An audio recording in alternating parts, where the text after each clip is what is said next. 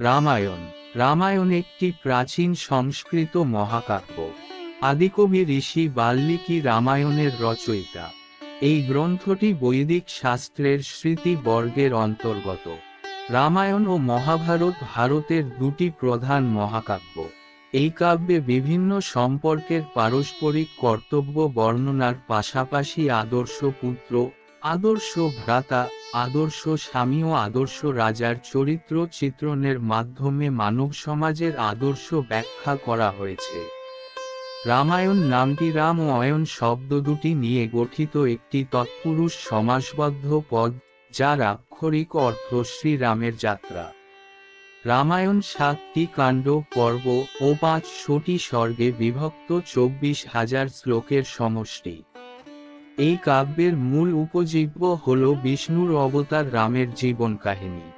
বিষয়গতভাবে রামায়ণ উপাখ্যানে বর্ণিত হয়েছে মানব অস্তিত্বের নানান দিক এবং প্রাচীন ভারতের ধর্মচেতনা। রামায়ণের শ্লোকগুলি 32 অক্ষরযুক্ত অনুষ্টুপ ছন্দে রচিত। পরবর্তীকালে সংস্কৃত কাব্য এবং ভারতীয় জীবন ও সংস্কৃতিতে এই কাব্যের প্রভাব অপরিসীম।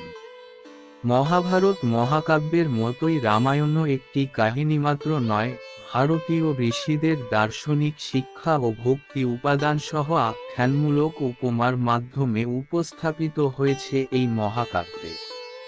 ভারতের সংস্কৃতি চেতনার মৌলিক উপাদানগুলি প্রতিফলিত হয়েছে রাম, সীতা, লক্ষ্মণ, ভরত, হনুমান ও রাবণ চরিত্রগুলির মধ্যে। হিন্দু ধর্মের বাইরে ও বহির্ভারতেও রামায়ণের কয়েকটি সংস্করণ প্রচলিত রয়েছে। এগুলোর মধ্যে উল্লেখনীয় বৌদ্ধ রামায়ণ দশরথ জাতক সংখ্যা 641 ও জৈন রামায়ণ এবং রামায়ণের থাই, লাও, রোমদেশীয় ও মালয় সংস্করণ। লোকবিশ্বাস অনুযায়ী ভারতের আদিকবি বাল্মীকি রামায়ণ রচনা করেছিলেন। ভারতীয় সংস্কৃতিতে এই ব্যাপারে কোনো দ্বিমত নেই যে রামের সমসাময়িক তথা এই মহাকাব্যের অন্যতম চরিত্র ঋষি বাল্মীকি স্বয়ং এই মহাকাব্য রচনা করেছিলেন। সংস্কৃত ভাষায় রচিত রামায়ণের মূল পাঠটি বাল্মীকি রামায়ণ নামে পরিচিত। এই গ্রন্থের রচনাকাল আনুমানিক খ্রিস্টপূর্ব 4র্থ শতাব্দী। হিন্দু ধর্মীয় বিশ্বাস অনুযায়ী রামায়ণ উপাখ্যানের পটভূমি ত্রেতাযুগ নামে পরিচিত পৌরাণিক সময়কাল। বর্তমানে সুলভ বাল্মীকি রামায়ণের সংস্করণটি মোটামুটি 50,000 পঙ্ক্তি সংবলিত। কয়েক হাজার আংশিক ও সম্পূর্ণ পুঁথিতে এই পাঠটি বর্তমানে সংরক্ষিত। এই পুঁথিগুলি মধ্যে সর্বপ্রাচীন পুঁথিটি খ্রিস্টীয় 11 শতাব্দীতে লিখিত হয়। মূল রামায়ণের একাধিক আঞ্চলিক পাঠান্তর, 6 সংস্করণ ও উপসংস্করণ বিদ্যমান। পুঁথিবিশারদ রবার্ট পি. গোল্ডম্যান এই সংস্করণগুলিকে 2 ভাগে বিভক্ত করেছেন, যথা ক উত্তর ভারতীয় ও খ দক্ষিণ ভারতীয়। এই সংস্করণগুলির মধ্যে বিশেষভাবে উল্লেখযোগ্য তামিল ভাষায় কম্বন কর্তৃক রচিত রামাবতারম, খ্রিস্টীয় 11-দ্বাদশ শতাব্দী, অসমীয়া ভাষায় মাধব কন্দলি কর্তৃক রচিত সপ্তকাণ্ড রামায়ণ, খ্রিস্টীয় 14দশ শতাব্দী, বাংলা ভাষায় কৃত্তিবাস ওঝা কর্তৃক রচিত শ্রীরামপাঁচালী বা কৃত্তিবাসী রামায়ণ, খ্রিস্টীয় 15দশ শতাব্দী, এবং হিন্দি ভাষার অবধি উপভাষায় তুলসীদাস গোস্বামী কর্তৃক রচিত রামচরিতমানস, খ্রিস্টীয় 16শ শতাব্দী। রামায়ণ বিশেষজ্ঞ তথা ইংরেজিতে রামায়ণের পদ্যানুবাদক রমেশচন্দ্র দত্ত লিখেছেন, মহাভারতের ন্যায় রামায়ণও বহু শতাব্দীর ফসল। কিন্তু নিঃসন্দেহে বলা যায়, এই কাব্যের মূল আখ্যানভাগটি একক ব্যক্তির মস্তিষ্কপ্রসূত। অবশ্য বাল্মীকি রামায়ণের প্রথম ও শেষ কাণ্ড দুটি মূল রচয়িতা কর্তৃক রচিত কিনা সেই বিষয়ে বিশেষজ্ঞদের মধ্যে মতবিরোধ রয়েছে। রঘুনাথন মনে করেন এই 2 কাণ্ডের কয়েকটি প্রক্ষিপ্তাংশ বর্তমানে মূল রামায়ণের অবিচ্ছেদ্য অংশ বলে মনে করা হলেও গ্রন্থের অন্যান্য অংশের সঙ্গে এই অংশগুলির শৈলীগত পার্থক্য এবং আখ্যানগত সবিরোধ পরিলক্ষিত হয়ে থাকে। রচনাকাল। বাল্মীকি রামায়ণের রচনাকাল আনুমানিক খ্রিস্টপূর্ব 4র্থ শতাব্দী। বিভিন্ন সাংস্কৃতিক প্রমাণ, যেমন মহাভারতে সতীদাহ প্রথার উল্লেখ থাকলেও রামায়ণের মূল পাঠে তা নেই, থেকে অনুমিত হয় এই গ্রন্থ মহাভারতের পূর্বে রচিত হয়েছিল। হিন্দু বিশ্বাস অনুযায়ী, হিন্দু কালপঞ্জিতে উল্লিখিত যুগ পর্যায়ের দ্বিতীয় যুগ ত্রেতায় এই মহাকাব্য রচিত হয়। কথিত আছে, ত্রেতা যুগেই ইক্ষ্বাকু বংশীয় রাজা দশরথের পুত্র রামের জন্ম হয়। তবে ঐতিহাসিক দৃষ্টিকোণ থেকেও রামায়ণকে প্রাচীনতর গ্রন্থ মনে করা হয়। রামায়ণে উল্লিখিত কয়েকটি চরিত্র নাম, যথা রাম, সীতা, দশরথ, জনক, বশিষ্ঠ, বিশ্বামিত্র, বৈদিক সাহিত্যের উল্লেখযোগ্য অংশ ব্রাহ্মণেও পাওয়া যায়। এই গ্রন্থটি বাল্মীকি রামায়ণ অপেক্ষাও প্রাচীন। প্রাপ্ত বৈদিক কাব্যসাহিত্যে কোথাও বাল্মীকির রামায়ণের অনুরূপ কোনো উপাখ্যানের সন্ধান পাওয়া যায় না। 15 আধুনিক গবেষকগণের মতে, রামায়ণের অন্যতম প্রধান চরিত্র ব্রহ্মা ও বিষ্ণু। আদিকাণ্ড অনুসারে রাম যার অবতার, বৈদিক দেবতা ছিলেন না। খ্রিস্টীয় প্রথম সহস্রাব্দের শেষভাগে, পৌরাণিক যুগে তারা ভারতীয় জনসমাজে বিশেষ গুরুত্ব অর্জন করেন। মহাভারত গ্রন্থে রামোপাখ্যান নামে রামায়ণের একটি সারাংশ সংযোজিত হয়েছে।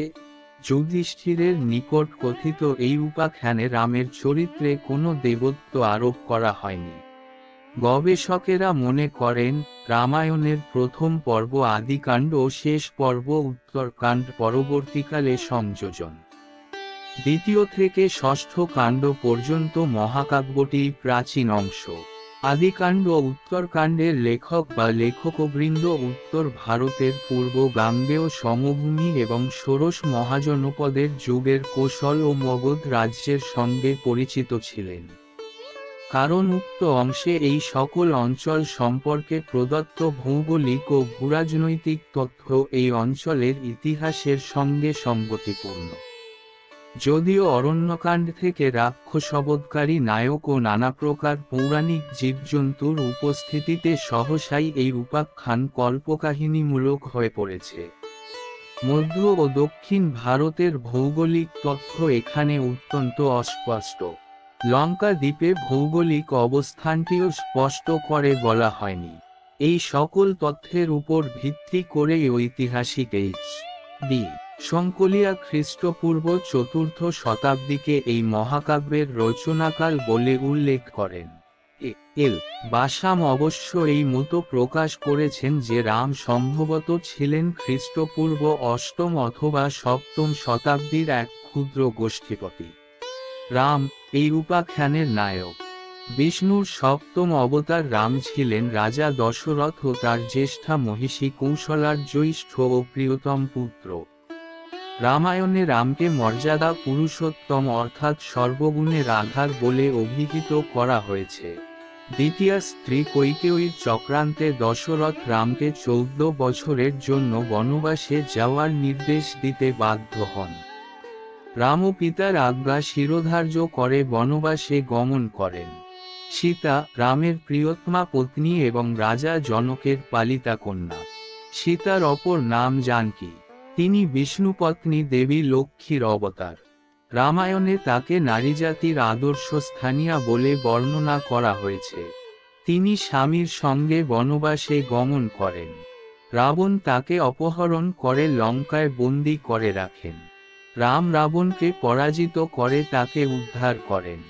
পরবর্তীকালে তিনি রামের 2 যমজ পুত্র লব ও কুশের জন্ম দেন। হনুমান কিষ্কিন্ধা রাজ্যের এক বানর। তিনি শিবের একাদশ রুদ্র অবতার এবং রামের আদর্শ ভক্ত। তার পিতা বানররাজ কেশরী ও মাতা অঞ্জনা। সীতার অবস্থান নির্ণয় ও উদ্ধার তথা লঙ্কার যুদ্ধে তিনি অত্যন্ত গুরুত্বপূর্ণ ভূমিকা গ্রহণ করেন। লক্ষ্মণ রামের ভ্রাতা, সুমিত্রার পুত্র। তিনি স্বেচ্ছায় রাম ও সীতার সঙ্গে বনবাসে গমন করেন ও সেখানে তাদের রক্ষা করে চলেন। লক্ষ্মণ ছিলেন বিষ্ণুর সহচর শেষনাগের অবতার। মারীচের ছলনায় রামের বিপদাশঙ্কায় তিনি সীতাকে একাকী ফেলে যেতে বাধ্য হন। সেই সুযোগে রাবণ সীতাকে অপহরণ করেন। রাবণ, লঙ্কার রাক্ষস রাজা, 10,000 বছর কঠোর তপস্যা করে তিনি সৃষ্টিকর্তা ব্রহ্মার কাছ থেকে এই বর লাভ করেন যে কোনো দেব, দানব বা ভৌতিক জীব তাকে বধ করতে পারবেন না। তিনি ছিলেন এক শক্তিশালী রাক্ষস রাজা। ঋষিদের উপর অত্যাচার চালিয়ে করে তিনি বিশেষ আমোদ অনুভব করতেন। ব্রহ্মার বরদানকে এড়িয়ে তাকে হত্যা করার জন্য বিষ্ণুকে মানব রূপে জন্মগ্রহণ করতে হয়। দশরথ, অযোধ্যার রাজা ও রামের পিতা, তার 3 পত্নী কৌশল্যা, কৈকেয়ী ও সুমিত্রা এবং রাম ব্যতীত অপর 3 পুত্র ভরত, লক্ষ্মণ ও শত্রুঘ্ন। দশরথের প্রিয়তমা পত্নী কৈকেয়ী তাকে বাধ্য করেন রামকে 14 বছরের জন্য বনবাসে পাঠিয়ে ভরতকে যুবরাজ ঘোষণা করতে। রাম বনে গেলে পুত্রশোকে দশরথের মৃত্যু হয়। ভরত, দশরথের পুত্র, যখন তিনি জানতে পারেন যে রামকে বনে পাঠানোর প্রধান চক্রী তার মা এবং তারই জন্য পুত্রশোকে পিতার মৃত্যু হয়েছে, তখন তিনি ঘৃণাভরে রাজপথ প্রত্যাখ্যান করে রামের অনুসন্ধানে বাহির হন। কিন্তু রাম প্রত্যাবর্তনে অসম্মত হলে তিনি রামের পাদুকা খড়ম দুখানি চেয়ে নেন। সেই খড়ম 2টি সিংহাসনে স্থাপন করে পরবর্তী 14 বছর রামের নামে অযোধ্যা শাসন করেছিলেন ভরত। শত্রুঘ্ন, দশরথ ও সুমিত্রার পুত্র। তিনি রামের কনিষ্ঠ ও লক্ষ্মণের যমজ ভ্রাতা এবং শ্রুতকীর্তির পতি।